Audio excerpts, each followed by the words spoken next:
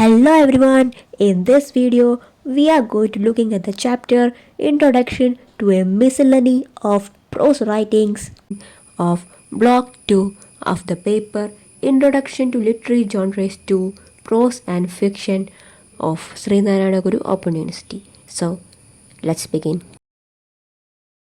Introduction. Human communication using language takes place through various forms of connected speech or writing called discourses. Each discourse has its own features and purpose. In form, these discourses can either be in verse or prose. Verses generally but not always follow embellished language with metrical compositions and figurative language. Conventional grammatical structures and denoted meanings are often compromised in verses to achieve an elegant style. Prose, unlike poetry, refers everyday language with forthright meaning. In simple terms, anything that is not verse can be identified as prose. The term prose takes its original from the Latin word proso oratio, which means straightforward. Prose is a genre of literature where the writer or speaker employs structured grammatical sentences arranged into coherent passages to convey a meaningful idea, thought, story, fact, or information. Prose can be fictional or non fictional. There are many genres of literature that fall under prose, like short stories, folk tales, autobiographies, biographies, articles, and anecdotes. In this unit, we will discuss some of these genres. Speeches. Speeches are a form of oral communication used to convey ideas, thoughts, or emotions to an audience. Speeches have been employed by orators of all ages to disseminate knowledge, motivate people, explain things, and persuade others in decision making. In all these contexts, speakers can exploit the scope of non-verbal communication devices to boost the verbal content. It is one advantage that speech has over written discourse. Modulating the voice, using appropriate body language, maintaining eye contact, and keep the content emotionally appealing are techniques that make a speech great. Knowing the audience and choosing a suitable tone and vocabulary are also important. The audience connects with a speaker who is identifiable to them. A speech should be delivered with a comprehensible structure that gives focus to the topic of the presentation. It should have a proper beginning where the speaker establishes the subject and purpose of the speech. The body of the speech must concentrate on developing the topic without any digressions. Related ideas, anecdotes, examples, and other substantiating evidence can be used there. The speech should not introduce any new ideas in conclusion. Instead, it should reiterate and sum up the main ideas of the speech. The following are some of the tools employed to make a speech appealing to the crowd. First one, quotation. Quoting renowned people or lines from literary works helps attract the attention of the audience and substantiate the ideas easily. Example, as Shakespeare has pointed out, all the world is a stage. Second one, rhetorical questions. Asking questions that do not demand an answer will challenge the audience to critically think about the question and accept the stance of the speaker. Example, if you prick us, do we not bleed? If you tickle us, do we not laugh? Third one, alliteration. Alliteration is the consecutive use of words with the same sounds. Example, the world needs peace, prosperity, and progress. Fourth one, anecdotes. Anecdotes are stories used to demonstrate an argument made by the speaker. Example, narrating stories of hard work from the lives of politicians, scientists, and celebrities to motivate the audience. Fifth one, anaphora. If different clauses of the sentence start with the same word or phrase, it is called anaphora. Example, so let freedom ring from the prodigious hilltops of New Hampshire. Let freedom ring from the mighty mountains of New York. Let freedom ring from the heightening Alleghenies of Pennsylvania. Sixth one, metaphor. Metaphors helps to equate two things with one another. Example, the television has made a generation of couch potatoes. Seventh one, similes. When comparisons are to be made in a speech, similes can be used. Example, nobody should be treated like a guinea pig. Eighth one, personification. Human qualities can be attributed to inanimate things to give emphasis. Example, India won her freedom from the British in 1947. Ninth one, critical questions. Posing questions to the audience before talking about something will help to capture their attention. Example, how are we going to survive on this earth if the climate changes like this? 10th one, hyperbole. Exaggerating something can be used to emphasize a point. Example, I have warned them 1,000 times about the impending economic depression. Anecdotes. Anecdotes are retellings of factual or fictional narratives based on the life of a person to expose a personal trait or character. Anecdotes are different from stories. Stories have a well structured plot with characters and events in certain spatial and temporal settings. Anecdotes are brief narratives that focuses on an individual or an event. The number of characters and major events will be very limited. Most often, there will be two or three characters, including the central character. Anecdotes are used in literature, eulogies, and speeches. They contain elements of exaggeration, wit, and drama to entertain the audience. Public speakers use them to inspire, give cautionary warnings, evoke humor, talk about the past, or make the audience think philosophically about something. Biography.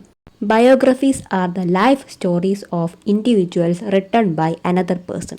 A biography or bio is not only an account of the life events of an individual written by someone else, it is also a historical document.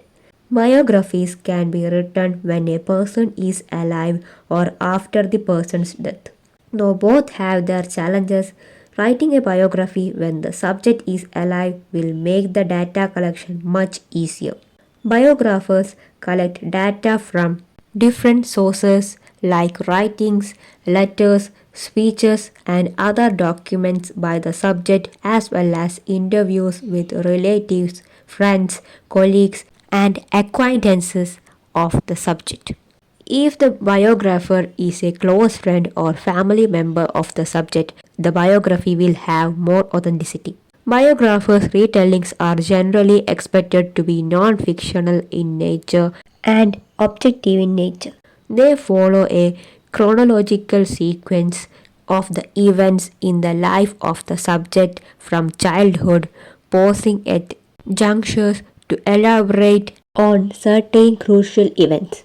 The aim is to provide the reader with an opportunity to deep dive into the character and life of the subject.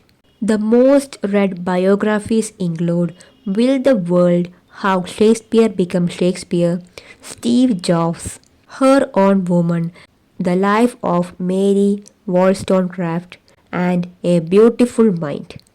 Autobiography. Autobiographies, as a literary genre, are self written documents of episodes in one's life. Hence, they are generally subjective and have a first person narrative voice.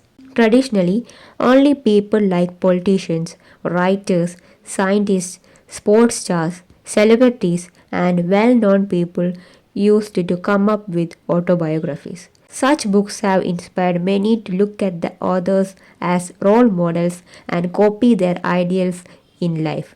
These days, with the wide availability of publishing platforms, including social media, more people are empowered to write and find readers for their life stories. Though autobiography is supposed to be self written, somewhere very busy and eminent people have taken help from others to write their stories. These writers hired for writing are called ghostwriters. Autobiographies have helped us learn not only about individuals but also about the time in which they have lived. The socio political and cultural subtext of these works deserve the reader's attention. Certain autobiographies have presented us with parallel histories and compelled historians to revisit the known manuals. At the same time, factual analysis of these stories is hard. The authors may have expressed only their side of the story. This makes it hard to accept it as evidence of past happenings. The Diary of a Young Girl by Anne Frank, I Know Why the Caged Bird Sings by Maya Angelou, The Story of My Experiences with Truth by Mahatma Gandhi, and Long Walk to Freedom by Nelson Mandela are some of the world famous autobiographies. Articles. The independent, non fictional prose compositions on specific topics by an authoritative writer are known as articles. In literature, the term article is sometimes used synonymously to refer to general essays. They follow the structural pattern of an essay with a proper introduction, body, and conclusion, but are longer than essay. The major purpose of an article is knowledge dissemination and information sharing. Articles can be illustrative, argumentative, narrative, descriptive, or analytical. Illustrative articles substantiate the claims of the article with examples. The number and type of examples cited in such articles will depend on the topic discussed. Argumentative articles are persuasive. They try to convince the reader with evidence, arguments, and counter arguments. Narrative articles follow the pattern of storytelling. They present a plot with events and characters to appeal to the audience. When the topic of the essay is something like a phenomena, process, or artifact, a descriptive style that focuses on stating facts descriptively can be followed. Analytical articles approach the subject with critical, evaluative questions to expose the details. Fairy tales, stories about the unknown and the supernatural attach to them an element of high imagination and curiosity. Children love to listen to stories with non human characters. These short stories with mythical and fairy creatures take place in unknown times and foreign lands. Once Upon a Time is the classic beginning of these tales. The narratives feature elves, dragons, imps, unicorns, fairies, mermaids, sleeping beauties, witches, animals capable of talking, and so on. Magic and the enchantments in fairy tales add to the mystical settings of the tales. These tales do not cater to teaching morals to children. Fairy tales as literary works are classified into different genres like folk tales and fantasy. They have both oral and literary traditions. A study of fairy tales across the globe has evidenced some commonalities in their plot, structure, and characterization. This proves the transmission of tales across communities. The most commonly narrated fairy tales include Cinderella, Beauty and the Beast, Hansel and Gretel, and Goldilocks and Three Bears. Interview. It is a dialogue between an interviewer who possesses questions and an interviewee who responds. Interviews are of different types, with the most common being job interviews, celebrity interviews, and talk shows. Interviews can be conducted face to face, over telephone lines, or via video conferencing. Interviews are navigated by the interviewer through structured questions and follow ups. So, it is mandatory for the interviewer to do solid research on the interviewee to get the most out of an interview. When addressing the interview as a literary genre, the interviewer and the interviewee may be considered co authors. Interviews are most often contextual, and the set of questions should address the context. These conversations are aimed to getting to know the interviewee better. The questions may span from the personal to the professional. A healthy rapport between the parties in conversation is essential for a good interview. These are all about this chapter. I hope you understand this video and thank you for watching.